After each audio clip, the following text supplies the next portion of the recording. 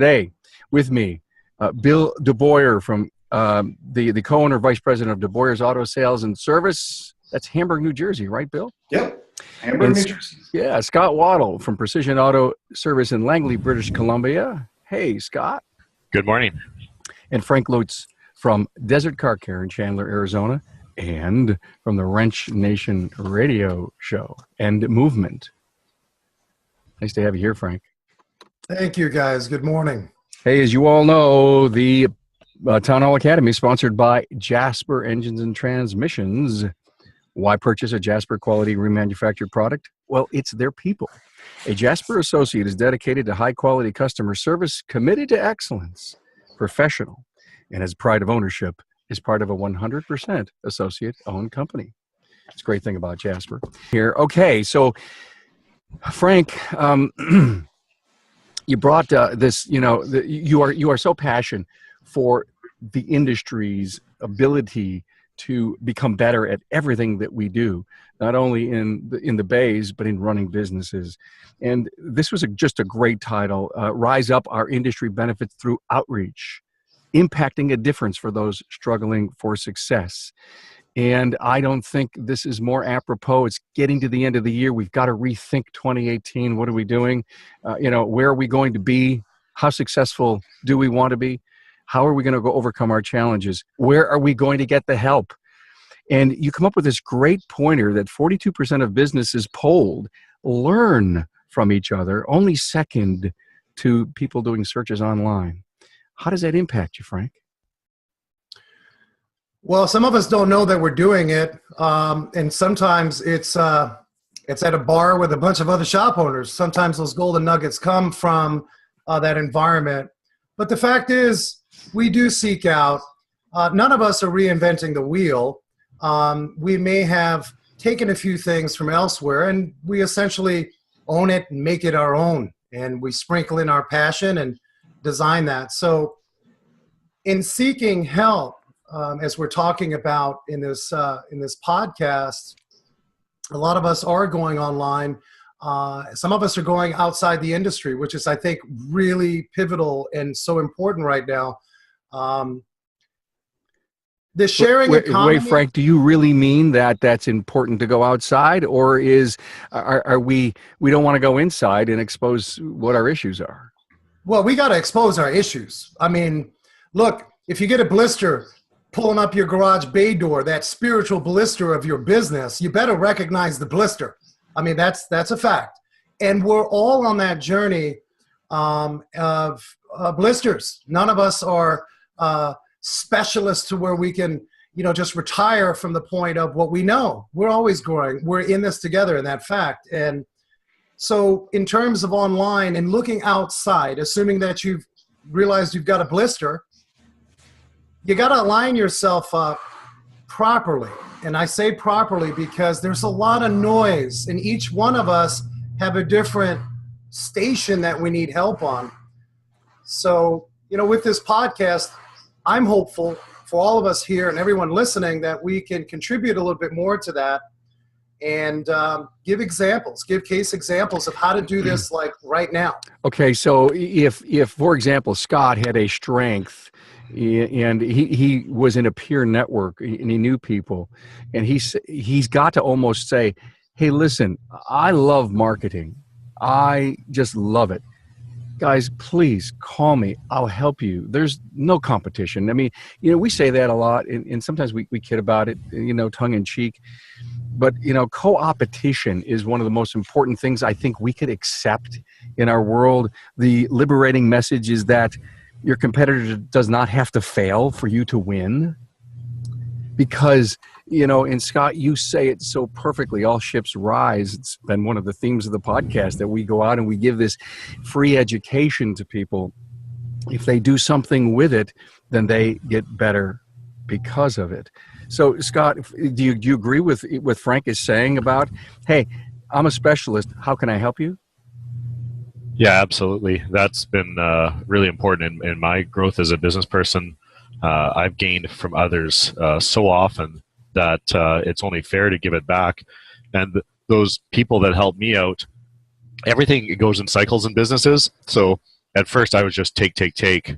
And now I'm at a point where I can give back too. Sometimes back to them. They were my mentors, and now we're peers.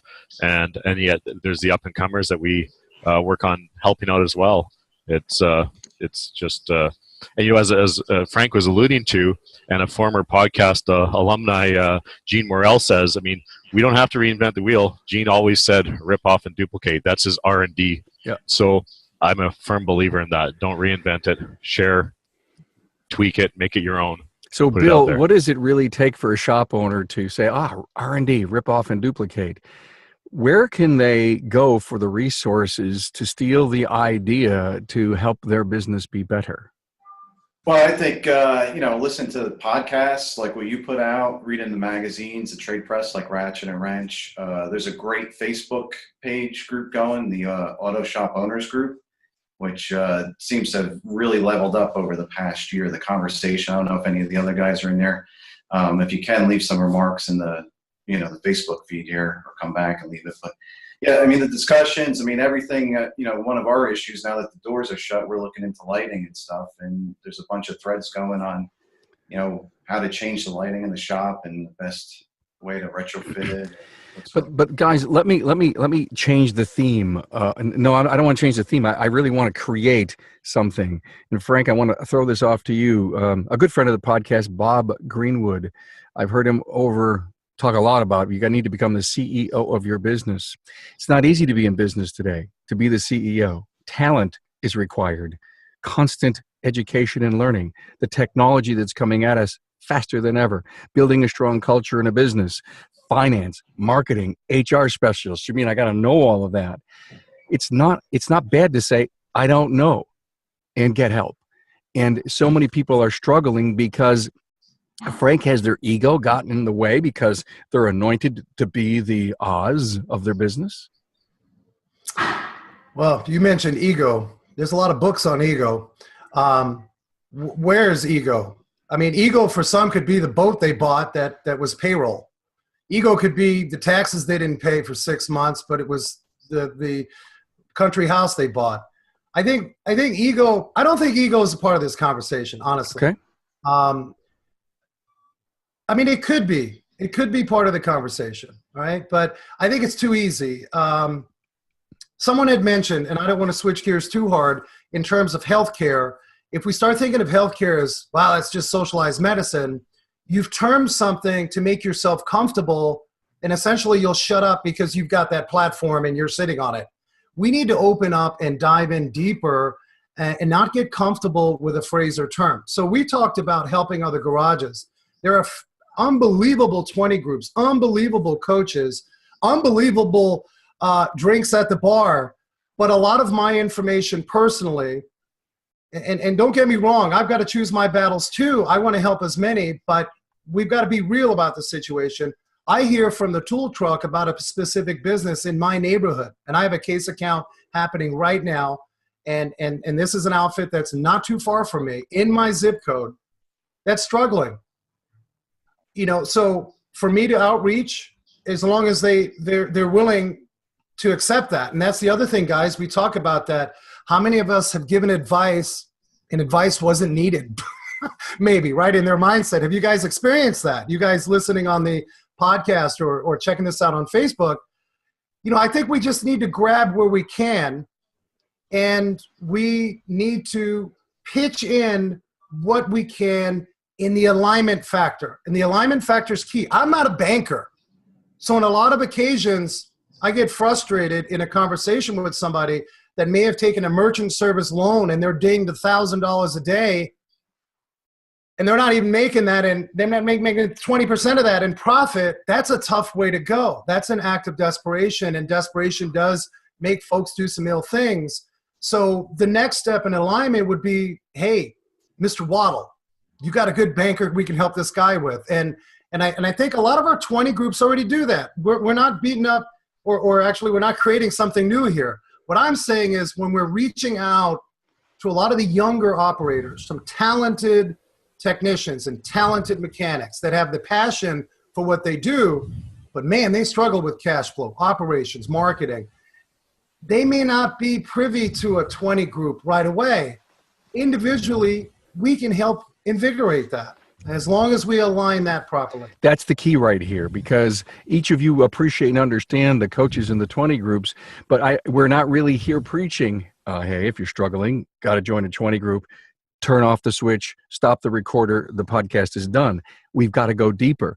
So, Scott, steps to build on what Frank just said. Well, I mean, we're always looking, as you know, I belong to a few 20 groups, and they have their own set programs and agendas, but just like Frank said, finding your neighbors, finding those shops through your parts vendors, your tool guys, what have you. We have a whole bunch of connections locally in my neighborhood, in our network that we work with all the time that are not members, and they may not choose to ever be a member, but those are great resources. Our sales reps can really pull us together if we allow them, instead of the old-fashioned mentality of trying to keep secrets and stuff. Open right up and offer that. So I think there's a huge benefit to reaching out and finding those people. It is tough, though. I mean, a lot of people, Frank said that it's not ego, but I think the ego is a part of it for sure. There are people that are scared to ask for help, and I think that's partially ego as well. So getting that soft entrance to become friends, and because they're not going to take your advice if you just walk in the door and offer it. You have to make a connection first, and that's the tricky part sometimes. Carm, if I could interject on what Scott Waddle's saying there, my biggest fear, it's actually been, in fear I'm careful with. You know, I think about it and I'll try to do what I can personally, but again, guys, we're all choosing our battles and so on. But my biggest fear is that we get the supposed experts outside of our industry preaching on what this person or enterprise needs, when that's not the case. It's not a proven recipe. It's not proven method. It's sizzle. And so, man, we have a backyard of great folks throughout North America, and the 20 groups are great. 20 group, I was an R.L. O'Connor guy many years ago, and oh my goodness, wasn't that an eye-opener? But I think down at a street level, we can do a better job with actually long-term, consistent action, and not just, hey, we had a couple of years and try this. I think we need to follow up. And I think we do that. I hear you. I love what you're saying. Now let's try to get a doing phase going. So Frank, you're hearing from the tool truck, the part supplier, Scott, and hey, anybody out there that's struggling, I want to help. You find out that name. What's the next step, guys? Well, I'll be honest with you. I got to let my family know I'm going up in the mountain. That's the reality of it. We're all busy and we're trying to find a balance, but I'm going to dedicate the time, and time just means there's going to be a lot of follow-up. So I'm going to let my family know. I know it sounds odd, but how many of us been knee deep in the weeds in trying to help something or somebody, and then our balance to life that keeps us balanced is, so it's important for your spirit to keep things balanced. Raise that flag. I'm going in, right? It's like a military operation. In the case example, to answer your question directly, with this operation in our neighborhood, it was monetary. Most of it is monetary, and that's tough. I'm not a banker, right? Look, I'm going to call it out. I'm not Richard Rawlings of Garage Rehab. I don't have $200,000 to give a guy to buy some lifts. I'm sorry. And I'm sorry I name drop. I love you, Richard. It's okay. But the fact is our time. So this individual had an accounting issue. So I just took some of the information that I have had in the past dealing with very similar things and shared that. Lining up in this particular case, a major financial issue was now the next step to ping that to someone else and getting that individual connected with somebody in our chamber. I mentioned the chamber. We all think about the chambers in our local community groups to sort of promote our groups or promote our enterprises. But the fact is there's some talented people right in our backyard, and they don't have to be in the automotive industry. We all know that. So I think aligning someone with their needs, and I think the big question is where do we pull the plug? Where do you tell someone, hey, it's okay to go out of business? That's a tough one. That's tough for all of us. And I think you said it, Scott. All of us, we've been on this journey.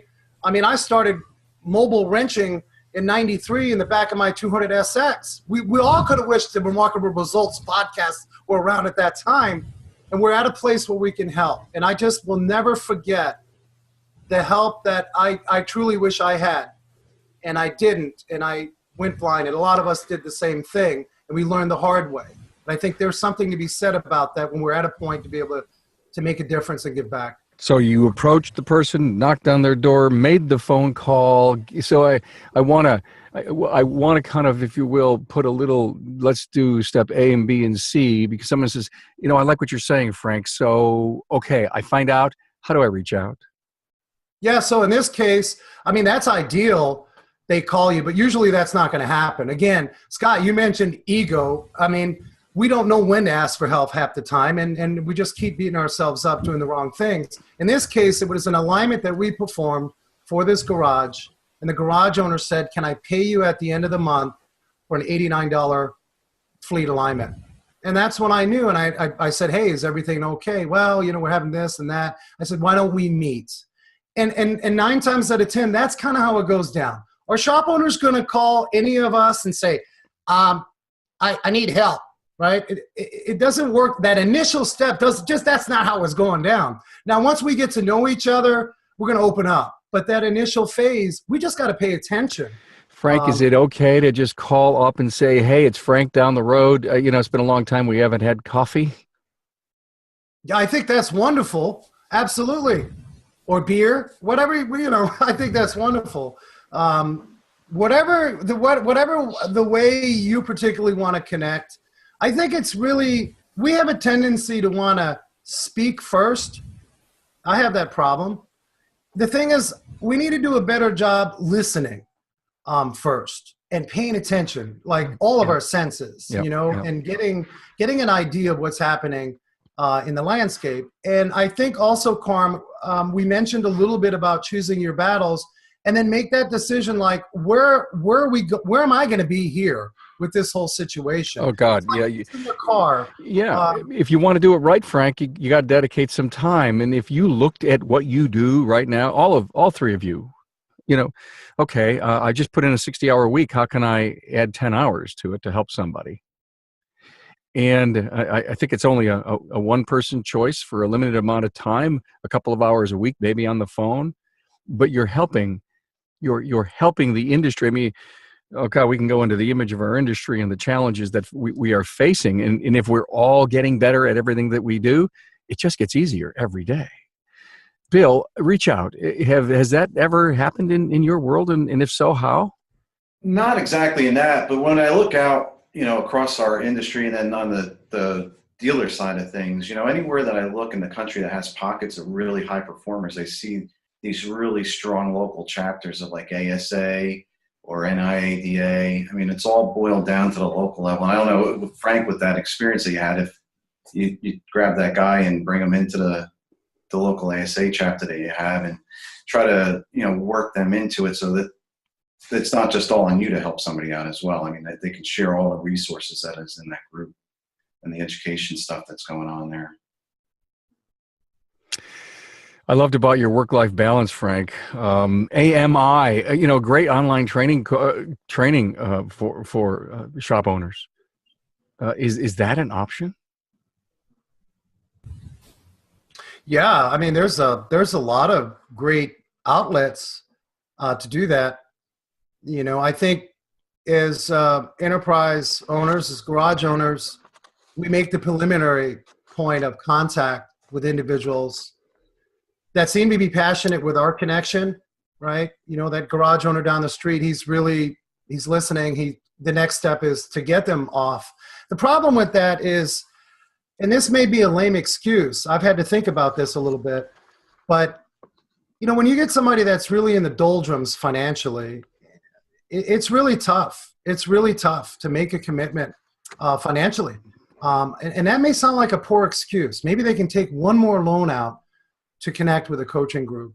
So I think the reality of it is a lot of us are doing that work. And I'll agree with you, Bill, like we got to choose our battles, right? I mean, we can start something, but part of what we're finishing with an individual is to actually get them relayed to a local chapter meeting, a Napa BDG, or any group that the group can then be a collective. Yeah.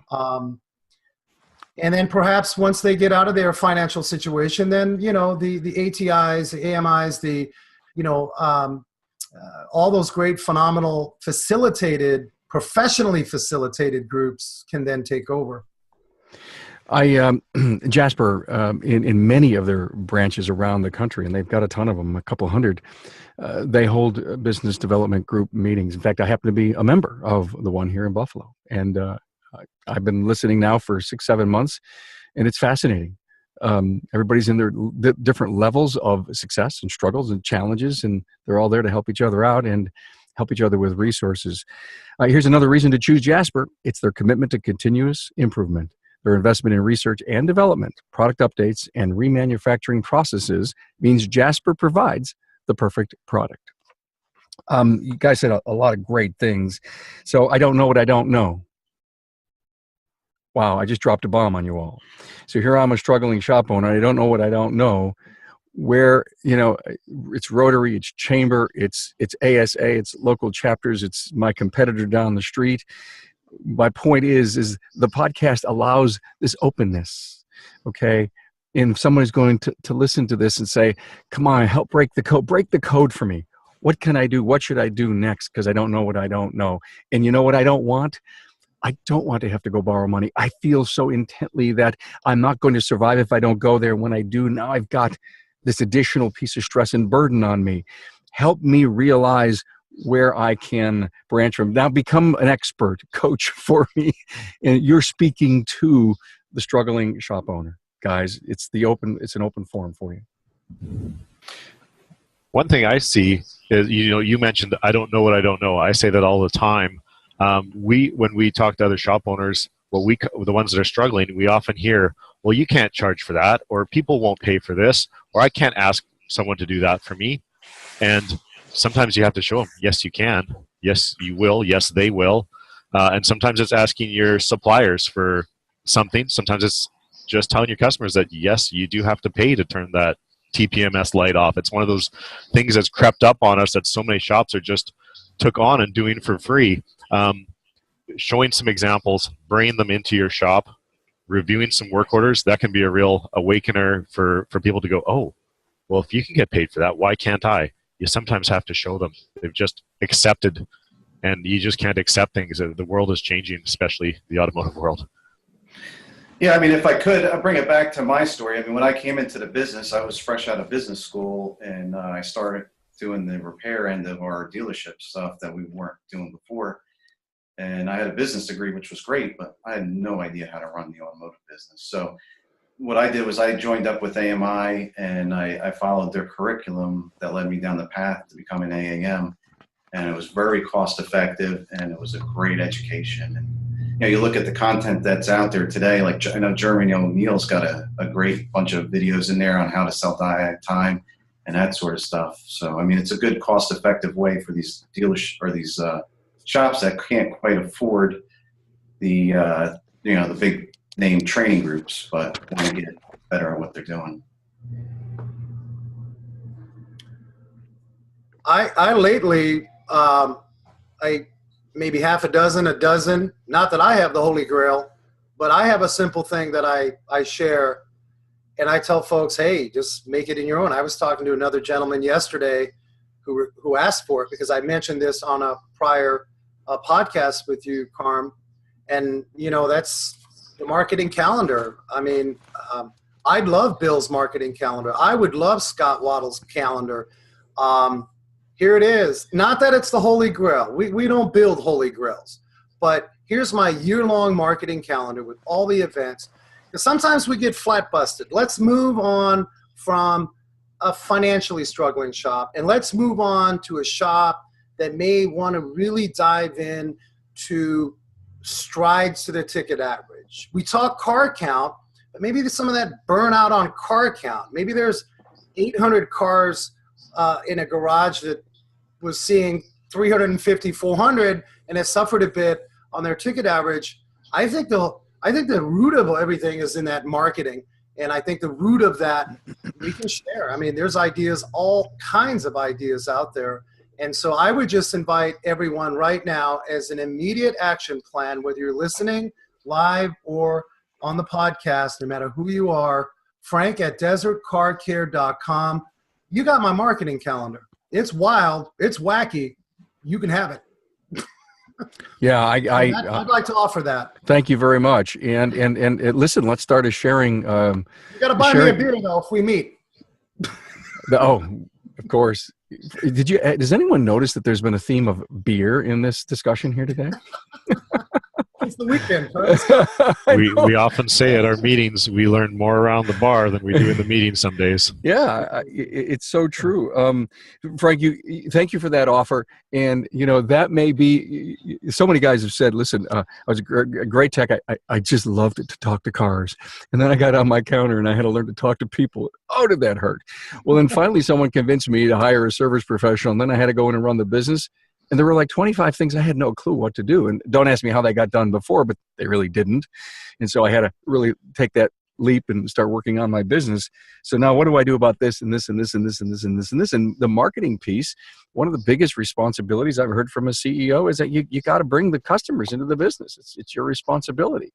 And so thank you for wanting to share that. And if anyone out there would love to share something with me and I can share it to the world, I may even maybe post a couple on the website, question@remarkableresults.biz or carm@remarkableresults.biz. I have no problem being a holder for that. And, you mentioned something great, Frank, and I wrote this down, and it's one of my favoriteest lines in the whole world. I've loved it and appreciated it my whole life, that you pay bills from gross margin dollars. And you were talking about car count before instead of ARO. And, the bigger and the stronger the ticket, the more gross there is, if your gross is right and you're doing all the right math.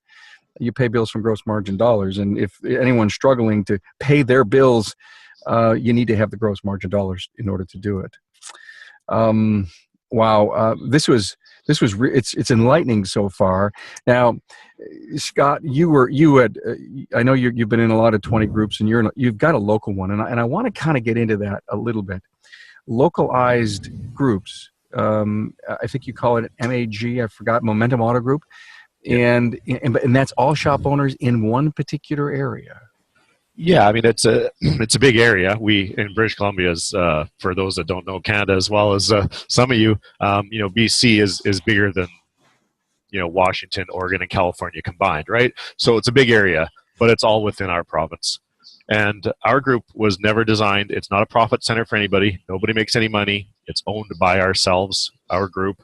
We self-direct it, and we have a bit of a template for that. And I know my group would be happy to allow me to share that to some degree. Maybe not the exact version I sent you, Carm. So we'll touch on that later. But that template's available for others. And putting the group together ourselves was a really neat thing because many of us had been in a lot of training in the past, and we just wanted a different take on it.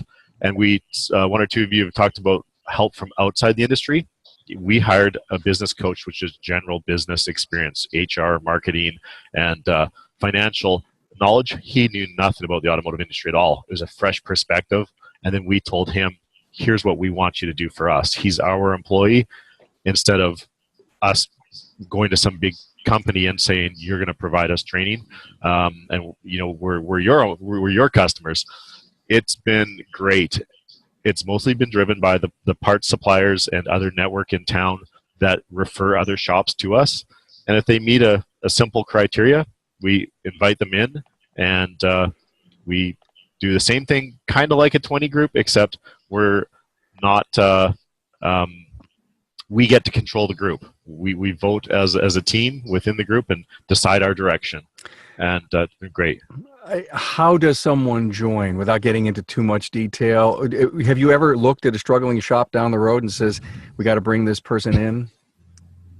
That's often how it happens. Usually, like I said, a referral through a parts vendor or a tool supplier, and we get to know them. And we don't sell ourselves. They have to want to be a part of us. So we tell them what we do, and we invite them, and we leave it up to them. If they show interest, they give us an email or a phone call and say, "Yeah, can I come in?" Then they get to go to the first meeting without paying any dues. I mean, we charge dues every month to be a member of this group, but they just pay us back to pay the bills that we have for the meeting space and our facilitator. So we invite them in, and to come in, they have to show their numbers, like income statement and balance sheet. We review them, and then we vote on them after. And if they look like they'll have the right attitude and personality, and their numbers show that there's some way that we can help them or that they can help us. And never forget that the lowest performer can always teach us something. We learn from everybody. It's not about the numbers. It's about being the best business person, and not that isn't always the most amount of profit. It is about profit. It always is. Don't get me wrong, but we all learn from each other at every level. Frank, interesting question to you. You're working with a guy, as you said. Would you get deep into financials? I already have, yeah. It's ugly. And we're in the midst of doing that as we speak. And this was a situation that, I had mentioned in some of the show notes prior that, and by the way, Scott, this is awesome you do that. There's a lot of communities throughout the country that have these wonderful groups. So rock on. Thank you for what you do there. But this individual's accounting stemmed from a merchant loan, and those are vicious. Those are tough.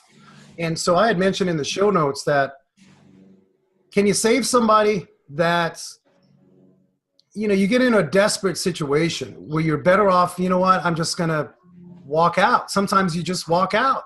Nobody can save those decisions. Financially, it's really tough, really tough. And so I'm not sure. I'd love to give you a report back and see how that all works out.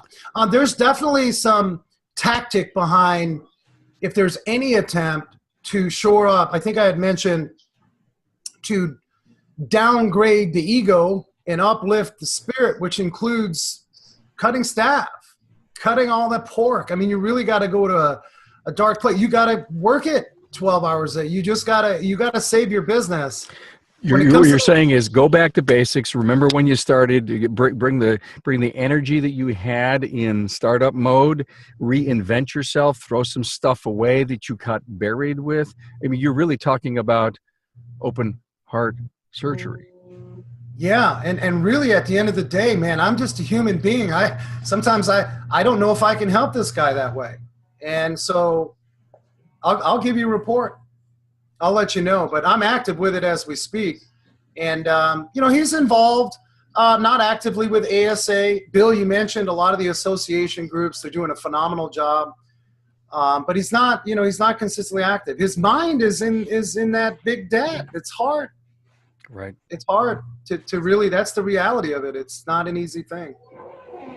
You mentioned surgery, Carm. Most of us have to feel a little bit of pain before we ask for help. Yeah. Boy, isn't that the truth? Why is my chest burning? I've experienced that, just to let you all know. One more time, that old engine or transmission is going to wear out. And when that day comes, Jasper will be the name to remember. Jasper's remanufactured products cost considerably less than a new vehicle. So it just makes sense to choose Jasper for your customer's car. Wow. Huge opportunities in this great aftermarket of ours. You can't make decisions, guys, in a vacuum or alone. I mean, that's one of my takeaways from this. We need to get help, seek help. Frankly, the help is available. It is out there.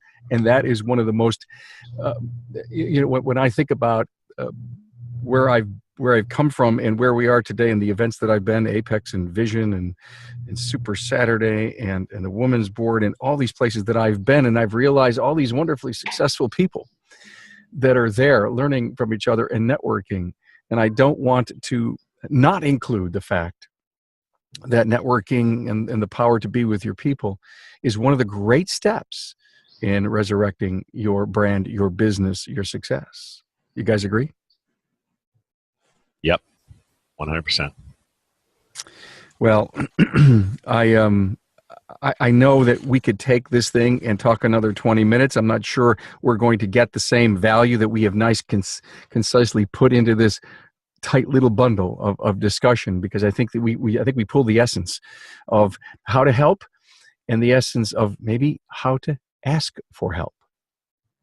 And I think I think we've covered a great two-way street. I do want to go around the room, guys, and have you say any one last thing that's on your mind about our whole issue here. Rise Up, our industry benefits through outreach. impacting a difference for those, for those struggling for success. So let me start with you, Bill. Frank, I'll give you the last word. Bill, give you the first. Well, I think, the biggest thing is just to, if you can, share. I mean, your technician roundtable last week brought up the fact that Automechanica and the size and scope of that and the lack of attendance in the Chicagoland area. And I think a lot of people, even when I talk to my peers around here, I mean, they're not aware of these events going on. I myself was guilty of that. I mean, up until your podcast that highlighted TST's big event here, I mean, this is, I think, his 15th year. I mean, I was really unaware of it until I heard it on your podcast. So, I mean, the more that we can get out there and share and get people listening to the podcast or paying attention to these other things to try to bring people around and listen to the industry more. Thank you very much. You just said something. I totally forgot to even mention it. I created a new page on my website. It's called Events, remarkableresults.biz/events. And any event is on there. And Vision's on there. ATE is on there. The big digital program going on. TST isn't there, but it will be. And so all of these events that people can go to training, no matter if it's business or technician, as long as it's open to the public, I'm going to post it. So I will have an events page. And it may not, it's not necessarily for everyone who's connected, deep connected like you all are. It's for the rest of the world who's out there seeking help and wanting to know things. So thank you for helping me remember that, Bill. Appreciate that. Sure. Scott. Yeah, well, I think the point that I would like to make is, we all have our little trade secrets. The way we do it at our place is special, and that's good. But I want everybody who thinks that they're special to think for a moment and go, the collective mind is so powerful, and if you can work together with your peers within your industry, within your local area, everybody actually benefits. It really does. And at first you won't see that, but it'll happen. And if you can get your parts vendors and your tool suppliers to work with you to spread your network, because they're in the shops all day long, they know all the people, they're your number one resource to finding those others that can help you or that you can help them and collectively rise. Thank you for that. Before I put you on, Frank, you said something that there's no secrets. And it was interesting. I interviewed Bill Hanvey and Bill Long, co-chair of Apex, and their episode went out this past Tuesday. Great episode. And I said, there's no secrets, guys, is there? And they kind of chuckled, because here we are with all these big manufacturers and all these suppliers. And it's funny to say that, no, there really isn't. There's no real magic bullet out there. But it is something I think people have to understand. And it goes back to what I said when I said the word co-opetition. It was really a book written by Brandon Berger and Nailbuff. A bunch of years ago, a Yale and Harvard guy. And that was the premise of their book, the liberating message that your competitor does not have to fail for you to win. And that is, if I'm really thinking about, is the essence of our talk today. And there are no secrets. We should share our secrets, because you know what? No one can duplicate exactly how it is that you do what you do, but at least you taught them that there's some variation of a great idea that they can implement. Frank, I'll give you the last word, man. Well, I mean, I think everything revolves around courage. I mean, everyone on here, a lot of us listening, we all want to help. And I think we just got to continue the courage as an industry. A lot of changes coming. Technology, apps on the phone that'll make an old marketing plan cry like a baby. And so we really got to stay tight. None of us have the Holy Grail. We just got to listen a little more and be a little more spirited amongst each other. And, that's the future, man. It's here. I don't know if you've heard Elon Musk's TED Talk back in April. He said, man, AI and blockchain, yep. we gotta really look at that. And I think the warm spirit of each other, that ain't going anywhere. And let's look out for each other. I think that's really important. I call it GAG, and that's grab a garage. That's a cool idea. It's the Grab a Garage episode here. And I'll follow up with you with this garage owner. It's a serious situation. Okay, so the challenge is this. Everyone who's listening, struggling, go grab a garage to help you.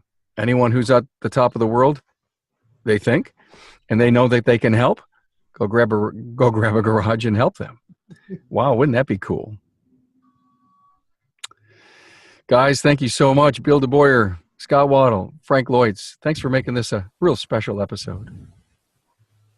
Thank you, Carm. You're welcome. Thank you so much. Bye, guys.